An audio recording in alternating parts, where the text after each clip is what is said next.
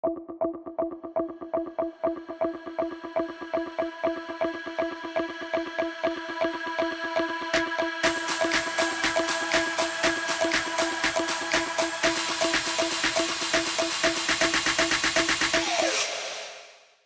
everyone, welcome back to my Product Chat series. My name is Rafeda. Today our Product Chat guest is Vidya, someone who I regularly follow for amazing product management related content. Vidya has so many accomplishments and is definitely an inspiration for me. Vidya is a product manager, speaker, singer. She has started her career at Microsoft first and currently works at Meta leading integrity and well-being for new messaging products across Messenger and Instagram. Vidya has given over 100 talks on product management and careers in tech. Wow, that's an achievement. There's so much to share about her and learn from her. So honored to have you here today to share your insights about PM. Thank you so much. Thanks for having me. I'm really excited that I get to speak to you as well, Rafida. Yes, thank you. Vidya, let's start with the basics. You have a lot of accomplishments. I would love to know about your journey, your background, and how you got into product management. Yeah, my story is probably pretty boring, to be honest, because I did my bachelor's and master's in computer science, and I'm one of the very few people probably who started her career as a product manager. Okay. So I've been in the industry for 10 years now. And back then, when I started my career, PM was not really a, well sought after role. I think QA was more in demand back then. And obviously software engineering. So everybody wanted to be a software engineer. I thought I wanted to be a software engineer as well. Until I came across this role called product management. And I was like, well, let's give it a shot. It seemed like something that I would enjoy doing, and I had an opportunity to interview for an internship experience with Microsoft. So I thought process I had was, well, it's a 3 month deal, right? If I like it, then great. I would have found myself a career path. If not, great. I'd go back to being a software engineer. That's how it started. And I did a PM internship at Microsoft. I really liked it. I think I would be lying if I said I understood everything about the role in 3 months, but it felt like something I could see myself doing for much longer. So I got a full-time offer at the end of my internship, and I came back to Microsoft a year something later. So 10 years later, I'm still here doing, doing product management. I'm still being a PM, so I guess I like it after all. Yeah, who knew that? Yeah. So one thing, I just wanted to know, like one thing you love about PM and one thing maybe you dislike. There's plenty I love, and there's plenty that I dislike as well. Oh, So it's hard to pick one. Maybe I'll give a few. Things that I love about being a product manager is the fact that you are probably one of the first to encounter or notice or solve a problem. So I really like chaotic. I like managed chaos. Let's put it that way. And, when I see a problem, be it, a people problem, or be it, a team problem, or be it a technical problem, if it's not solved, it gives me some kind of a weird high to go solve it. Wow. And I really love. I have felt it many times in my career where, damn, I see a problem and I also see all the dots that I could connect to solve that problem. Yes. And I think that whole process of identifying a problem and solving it, along with in the journey you bring along a lot set of people, right? That end to end, I think I really love about being a PM. And secondly, I am a very people person. I really thrive in others energy, and as a PM you get to work with a lot of people, right? A lot of XFNs, from software engineering to product design to content design to legal to policy to marketing, right? So on any typical day, I think a PM interacts with far more XFNs than probably any other role, and that's something that I also really enjoy doing, because I personally learn a lot. I mean, I think if you've been doing a role for a set amount of time, you develop some sort of thinking, right? And now when you go and interact with a whole bunch of other people, you start embracing the uniqueness that they bring to the table. Yes. Right. And I really enjoy that. And then there are a lot of times when I speak to somebody and they ask me something and I'm like, damn, I never thought about that. Why did I not think about that? Right. So I really love the fact that, I get to work with a lot of people. Now, things that I dislike about product management in general are um, PMs, even though they work with a lot of people, so this might be counterintuitive to what I said before, it can sometimes be a very lonely job. How? Because especially as grow in your seniority, you are often the only PM working across a very large set of XFN teams. Mm-hmm. Right? Sometimes you get to work with 30, 40 XFN teams, but you are still the only PM, right, working with all of them. And most of them, you probably work with 10 engineers or 15 engineers or 3 product designers or 2 people from the marketing team. Everybody almost always has some pair, but you still are the only PM. And I don't think a lot others can truly empathize with the types of trade-offs and decisions and problems a PM faces. Mm-hmm. Right? So a lot of times, if you don't have the right support system around you, right, as a PM, it can be very lonely, and it can also, be very draining, because you are constantly trying to, help shield others and, communicate on behalf of your team to make sure that you arrive at the right outcome. And there's not many people to, who can truly empathize with everything that happens behind the scenes. Right? Like you present decisions, but very, very, very few people, if at all any, actually understand what happened behind those decisions. Mm-hmm. And a PM probably is, in often cases, the only person who knows the entire story end to end. Right? So yeah, that's something that I've embraced.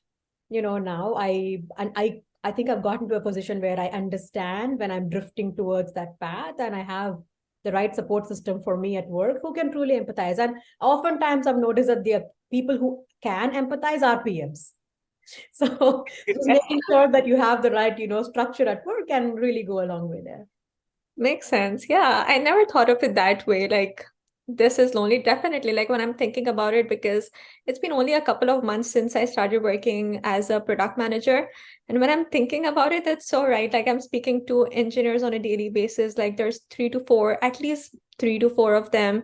And then there's other teams as well with 3 to 4 people at least. Yeah, And then there's product managers with no one. exactly. So, yeah, that makes sense. Yeah. Um, how about like when you go to a team, like what does a PM offers to the team? To your team or to a partner team or to any team? Any team in general. If I had to answer this in one word, I would say clarity.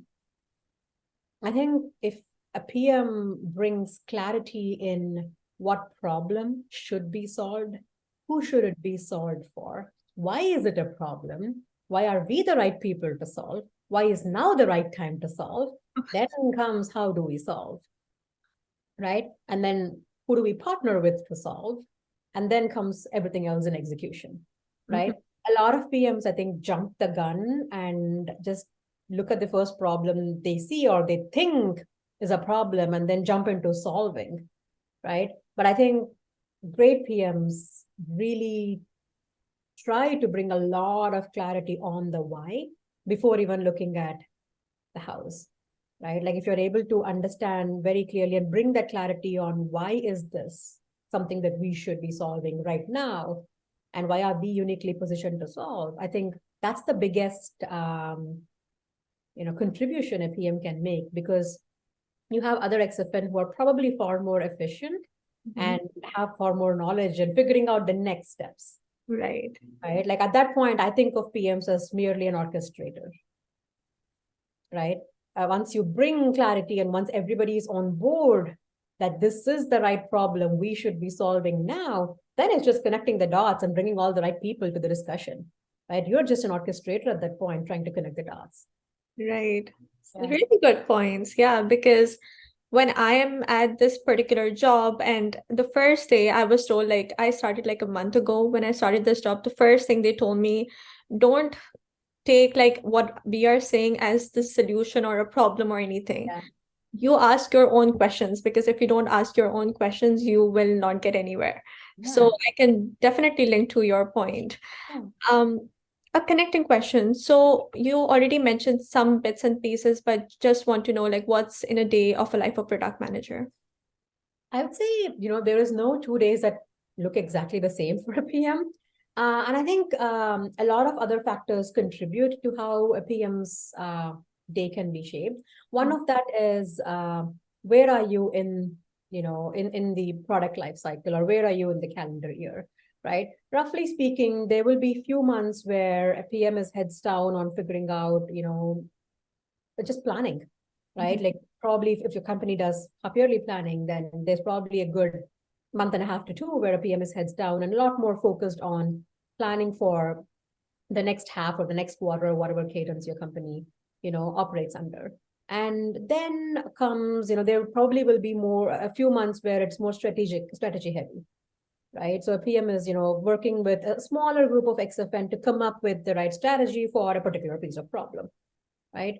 And then most PMs, I think, their days would be execution heavy, Mhm. right? And when I say execution heavy, this is when you are actually getting things done along with your XFN. So this could be coming up with success metrics, or coming up with guardrails, figuring out how to run the experiment, figuring out the right cohort, figuring out the right segmentation, figuring out this tech problem that needs to be solved. Like these are all like, different, smaller parts that contribute to a project or product successfully being executed and built, right? I think most PMs calendars are execution heavy. Again, depending upon where you are and how senior you are, right? If you're more junior, you're probably more focused on execution. If you're more senior, then you probably have, execution, but also a lot more strategic. If you're a manager, then you probably are mostly focused on the strategic aspects and team management, right? But I would say a combination of a little bit of, XFN collaboration, a little bit of strategy, a little bit of, execution is what makes a typical PM calendar. Yes. What do you enjoy the most though? That's a good question. I think I'm good at execution. I'm really good at execution. But I enjoy heads down time where I can actually focus on strategic thinking. Mhm. I don't get much of that. Why not? Like just because of your position? Mhm.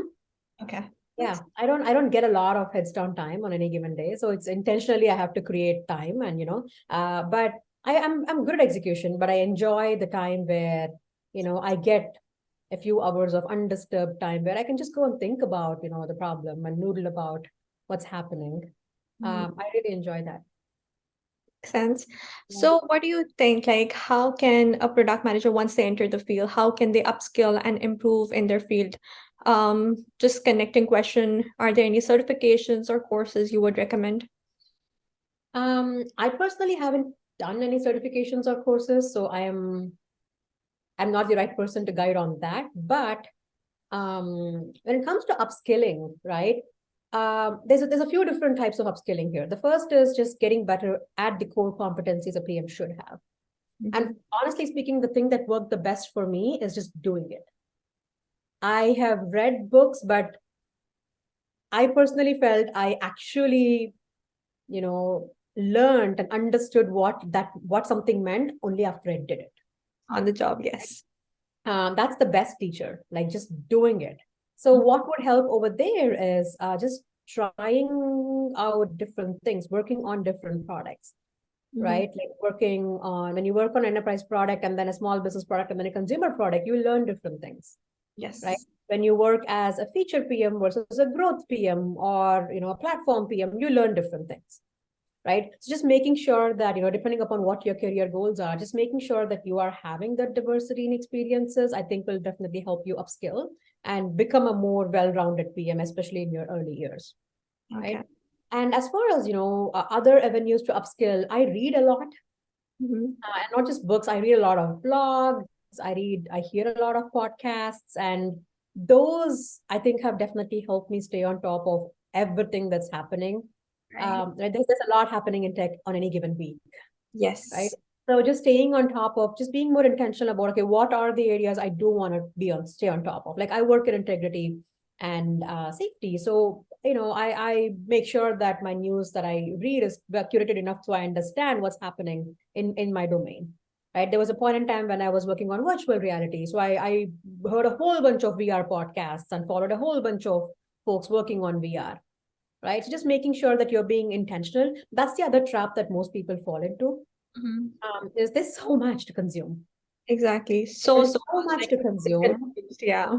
right? In any given modality, be it reading, be it listening, be it viewing, there's so much. So differentiating signal from noise becomes a very critical skill.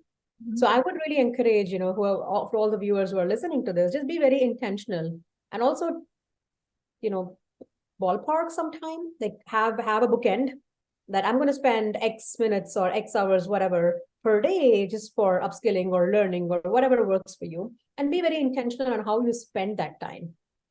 You're right. Really good advice. Yeah, because whenever I start reading or listening to podcasts, so there's so much information out there that it sometimes gets like really overwhelming. And sometimes they have like different views of like Yes. taking different things. So I'm always just confused. And I like at that point, I get just so frustrated that I just want to stop. And it's very common, right? Because most modalities that we consume today, be it an article or a blog or a news or podcast, they're structured in a way that they hook you in for, they want you to be retained there, For right? So it kind of leads to from you start because you want to read something about, let's say, what's a good example? Chat GPT, because everyone's talking about it, right? yes. And then from there, half an hour later, you end up about shopping trends, Mhm. reading something about shopping trends, and you're like, how did I get from there to here? Right. And that's how most products are designed today. Mhm. Right. So I think being very intentional on this is what I want to focus on, right? That really helps and has definitely helped me. Yeah, really good points. Thank you. Yeah. So you have been in the industry for such a long time. How did you make sure and you actually came to this field like without knowing about it? How did you manage to stay? What do you like so much that you managed to stay for all these years? I There's so many things I like about product management, but I think I really enjoy building products and solving problems. Okay. As cliche as it may sound, I think a lot of times when I was more junior, I think I just enjoyed the art of solving a problem. Right now that I've been in the industry for this long, I really enjoy finding problems and assessing if it's a real problem and if it is something that is worth solving. Right. Right. And especially in the field that I work in, no decision is ever binary. It has never been binary. Right. So there is an art to decision making itself. There's like so many trade-offs that you have to consider to come up with, any particular piece of decision. And every decision you make has impact so many other people. Right. Mhm. So I think I really consider it to be an honor that you actually get to this position where you are taking decisions on behalf of others. And I take that very seriously. Right. I take that, role very seriously, that you are making decisions on behalf of the users that you serve at the end of the day. Right. And I think I really enjoy that. And I think some people in the product management community, we call this mind gymnastics. Mhm. But as a PM, you do a lot of mind gymnastics, Yes. right? It's never, nothing is as ever straightforward. I am very skeptic. Somebody says, it's an easy, low hanging fruit. I'm like, I don't know. We had to come across, super easy, low hanging fruits. I'm very skeptic about that. I think the industry, this is what happens when you stay as a PM for a long time. You become more skeptic about, some of these things. But I really like the mind gymnastics that this role demands. I Mm. think I get a sense of satisfaction at the end of the day of doing something good, and I think very few roles actually give you that opportunity, right? And I've also launched a lot of products. I think I've launched in my 10 years 8 different products. I've been fortunate to work on 8 different products. I worked on Microsoft Teams. I worked on the first enterprise virtual reality service for Microsoft. I worked on Yammer for a while. Now I work on Messenger and Instagram. I have worked on SharePoint, Office, Wow. Outlook. Yeah, I think it's, very humbling when you take a step back and look at, wow, I've actually worked on all these products that's being used by millions of, people. So I really enjoy the high of launching a product, putting it out there, seeing it take off, hitting product market fit, growing, right? I really enjoy doing all of that. And I think that's probably why I am still in it. Yes, for sure. That's a huge, huge accomplishment. Like all those products are great. Yeah. So, um, so like a follow-up question on that. So, you mentioned that you have been making sure about the users, like all their problems are being solved. So, figuring out about the problem. So, once you figure that problem out, and when you're rolling that product out to the customers, for every company, I know it's different. So, just want to know for Meta, is it rolled to a specific amount of people first, or So we, generally? we experiment in a variety of ways.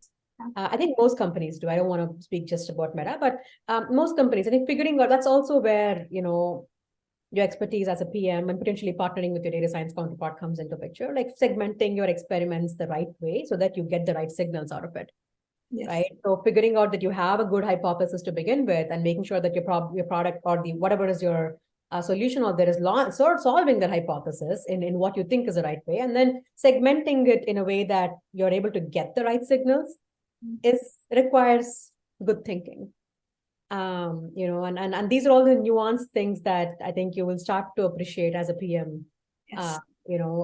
So we have launched experiments in a variety of ways. Some are based on cohorts, like we segment users. Some are based on, some are specifically for power users. We want to test something out. Some are based on markets, right? Back in the day, I've tested products only to specific markets to see how the, metrics are. Some are just to test the infra. So we test to low risk users first. Yes. So that, you're not impacting the top line metrics. So I've done it in so many different ways, honestly. Wow, okay. I have a lot to learn. Yeah. So how, if you have interviewed anyone in the past, how can one stand out as an applicant for a product manager, knowing right now it's a competitive field, especially for the early grads, and then there's like so many layoffs right now. What would you Yeah. recommend? That's a very good question, Rupeda, because right now, I think in the last 3 years, PM has really taken off. Like product management and product managers, it's really, really taken off that I, on an average, get about 50 messages on LinkedIn per week asking the same question. I want to become a PM. How do I start? Like it's literally the same question, right? Now, I'm currently a software engineer. I want to become a PM. How do I become one?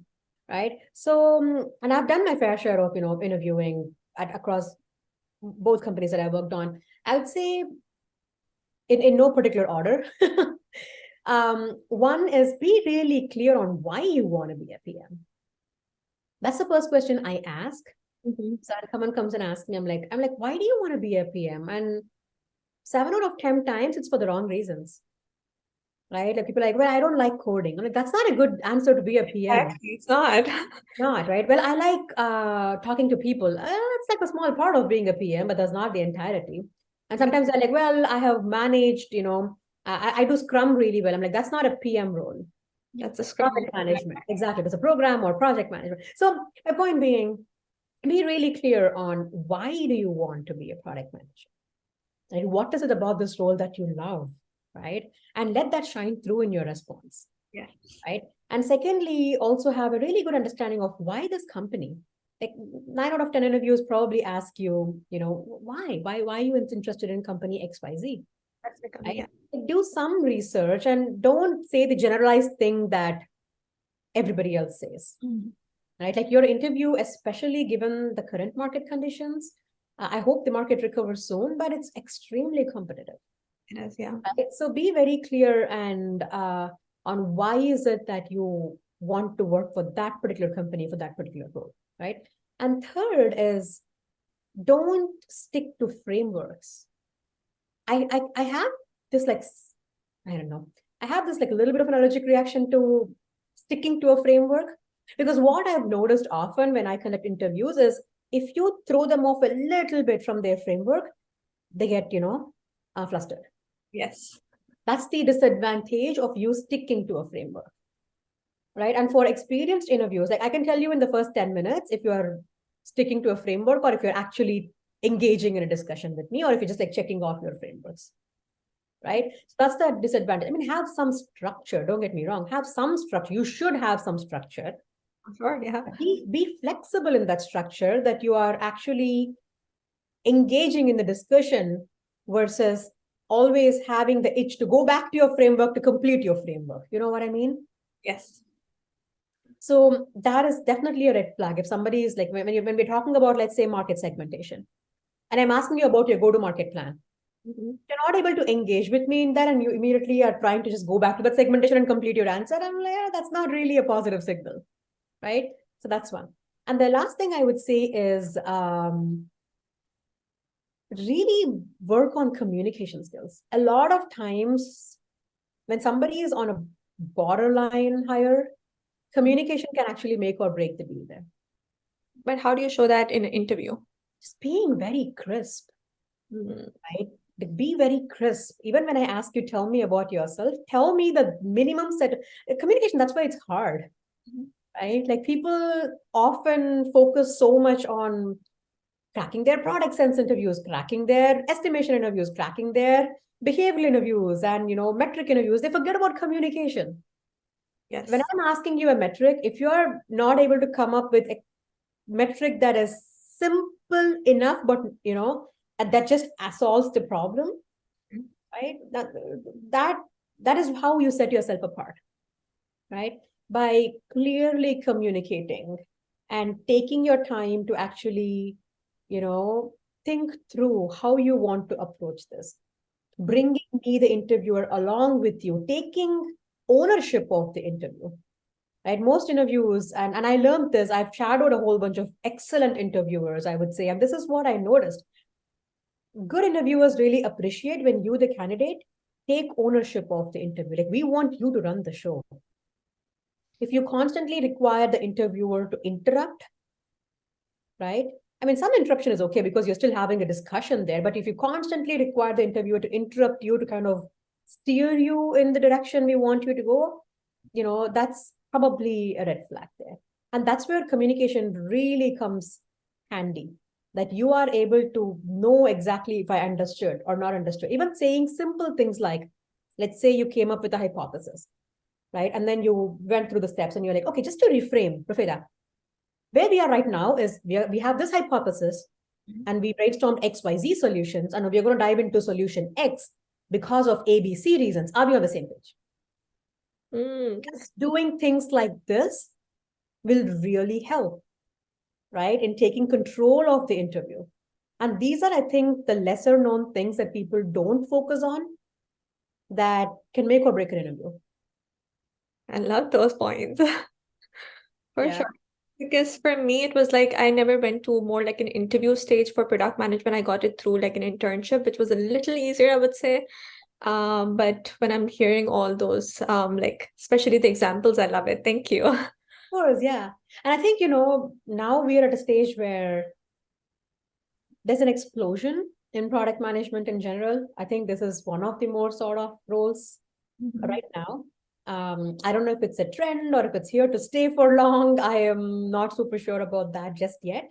But PMs also are slightly at a disadvantage because there's lesser roles compared to a software engineer, for example, right? Because typically, most companies have a 1:10, or if you're more senior, then 1:15 or 20 ratio, right, for a PM. So there is a mismatch, imbalance when it comes to demand versus supply, right? So just making sure that you really prepare for a PM interview and just don't wing it makes a lot of difference, I would say. Yeah, linking to the same point we started with, like PM, like it's maybe like a lonely job. So again, we are only one. So that's why they're maybe not hiring as much. Yeah. So just linking it to that thing. So definitely. What do you think, like, since people come from like different backgrounds right now, is there any specific background you recommend, like for students watching, and who wants to get into product management? Any specific background you think of they should have? I have honestly worked with PMs from so many different backgrounds. I work with PMs who are fashion designers. I work with PMs who are environmental, engineers. I work with PMs like me who studied computer science and thought they were going to be a software engineer, but ended up becoming a PM. I would say, if you're trying to transit, there's two parts to this question, right? One is if you are a student Mhm. and you don't have any work experience, don't choose PM because it's easier than another role that you're considering. That's not true. Easy, I would say. It's Not not, easy by yeah. any means. I mean, even if you're managing to kind of crack the interview and get a job, Mhm. growing as a product manager into like the higher ranks, it's a lot of work. You need to excel in the core competencies, and it goes beyond just setting up meetings. I think people have a really it pains me to see the misunderstanding that people have about product managers in general. Good PMs add a lot of value to their team, right? They add a lot of value, both in terms of creating clarity and helping with execution and delivering, right? Good impact for the team. So point number one is, just be really think through like what are the aspects of a manager role that really excites you? What about product management, intrigues you that you want to consider this? Just go through the thought process on your own and talk to a few PMs, understand what the role is like before taking the plunge into it. And secondly, if you're transitioning, which was primarily your question, if you're transitioning from another role, just try to map your core competencies and the skills that you have exhibited in that role into what is required for a PM. There are so many transferable skills, Yes. right? If you are, let's say, transitioning from a designer to a PM, then you are awesome at coming up with user experiences. You're awesome having that end-to-end user-centric thinking, right? You are able to put users first because you've done that as a designer. Let Right. that shine through. Let that really shine through in your resume, in your interviews, right? Just mapping the skills that you have demonstrated in your current role into what is required for a product manager, and also identifying the deltas where you have to, there might be some skills that you have to learn net new. Just be transparent with that, Yeah. right? Because that's the case with any role, right? If a PM wants to become a marketing manager, then it's the same case, right? You're excellent at some things, you're okay in some things, and you're really lagging behind another thing. But I think a lot of people don't communicate this clearly. Just be very clear on what are your transferable skills and why are you awesome at that, right?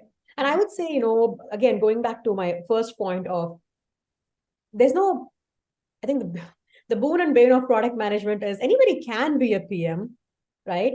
Provided you are really clear on why, you really understand the role. And a lot of people also get confused between product, program, project management. Even product owner as well. Yeah. Oh, yeah, that too, right? But because a lot of companies use these terms very interchangeably, right? And few companies have a program manager and a product manager. And the lines are pretty blurry between those two, right? So I think a lot of people get really confused on, well, do I really want to be a program manager or a product manager or a project manager or a product owner? I mean, they're all good roles, Yes. right? Everything has its merits and demerits, but I think you just have to go through the process of understanding very clearly what do each of these roles do and what is it that I want to become. Mm. I love that. So basically, just asking yourself, oh, why you want to do this. Yeah. Because if you're doing this, that would be definitely for a long time. So you would rather enjoy that, or even if you want to switch to any other careers, but you would rather be somewhere you like and Yeah, I somewhere. mean, you just have to justify the effort you're putting in, Ah, right? The for- only thing that I recommend people steer away from is picking product management because they don't like another role, Mm-mm. right? That's a recipe for disaster. Yeah. So just, it's okay if you want to try being a PM for an year or two and then switch to something else because you don't like, that's completely okay. Experimentation is in fact recommended, Mhm. right? When you experiment, you learn a lot about yourself, about other things, about the role, but don't switch for the wrong reasons, I guess is my underlying point here. Yeah, makes sense. So just last question.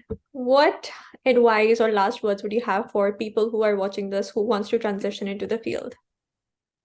I would say shadow a PM and take on opportunities while you are in your current role that give you some exposure to what a PM would do, right? Typically, things that I say when people come and talk to me to discuss about, how do I break into product management, right? I would say if you work in a company where there are product managers, shadow them, right? Like ask someone to be your mentor and write a brief, go write a product brief, right? Like write your first strategy document, write a PRFAQ. Yeah. Right? See if you like these things. Like when you're actually doing the job, see if you enjoy doing that, right? Like volunteer, either in your company or when you go and tell a PM that, hey, I have some bandwidth, I want to help you, 9 out of 10 of them will probably take you up for that. Wow. Okay. Because PMs are often overstretched. Yes, they Right. are. Right. So I mean, obviously make sure that you have, alignment with your manager and all of that stuff, the logistics apart, but shadow and, take a small scoped project and lead, see if you like it, right? See if the things that you should be doing naturally as a PM come naturally to you, Mhm. right? And shadow, a good product manager in your current team or current company and have them mentor you and see, because the easiest way to transition is within your company if there is a PM role, Yes. right? The next step to transition into product management, if you don't have experience, is through these RPM, APM programs, Yeah. right? Because these programs are designed for people who have been working in the industry in some shape or form, Mhm. but are new to product management. Yes. Right? So the program itself understands the limitations and the skills and strengths you come with. And it's designed that way so that you get a good 2 years or 18 months or whatever is a cadence of rotating into different teams and building different products and understanding, do I really like this job? Mhm. Right? Then I would say try within your company, next APM, RPM, then get into the pool, because in the broader pool, there's a lot of competition right now, Um, right? You are competing with a lot of experienced folks. I mean, not that you wouldn't crack it, obviously, it's anyone's game, provided you put in the effort. But generally speaking, right, if you're new to the field in general, you might just have a higher success rate if you go through the first two paths as compared to the third one. yeah. Even like the second path right now is competitive, It knowing is. the layoffs and stuff. Like Yeah. I've heard from a lot of people that it's very, very competitive. So I Yeah. even started hearing about like a third option of like maybe we can build our own products and showing Yeah. that on your resume. I think Totally. there's a lot of things that actually came up recently. There are product schools which actually teaches them, but I still think I'm not very happy about those schools. I think I'm maybe opposed to those schools just because it's maybe on the job training instead anyone teaches you. That's just I my mean, thing. here's the thing, right? Like I mean, I appreciate people trying to teach, Hmm. right? And bring more clarity to any role, not just product management. But I think what anyone should watch out for is the credibility there, Hmm. Yeah. right? And same goes to, like, if I'm saying something, just make sure that you're vetting me and that I have credibility to tell you something, Hmm. right? I mean, giving advice is very free, very easy, and it's free, right? Like, how much weightage you give to that advice is up to you, right? Yes. I've seen a lot of people talk about, growing fast when their own growth has been questionably slow, Hmm. right? So just make sure that you are vetting and placing weightage to what you are hearing from any particular person, especially when it's on, the internet. And so because you don't want to make decisions that impact your career, your life, based on someone who probably is not, the right person to steer you in that direction, right? So and that is upon each one of us. When we consume something, we have to make sure that we vet that properly and give appropriate weightage to that piece of information, right? And I think that's the, again, bone and bane of the world we live in right now, where there's plenty of information, Yeah. but very few are actually in the position to give that You piece know of what? it. Yeah, yeah, Sure. I completely agree. yeah. That sums up all my questions. Thank you so, so, so much. This was very descriptive. I loved each and every piece of information that you shared. Again, I just want to thank you. And I'm like, I follow all your content. It's so good.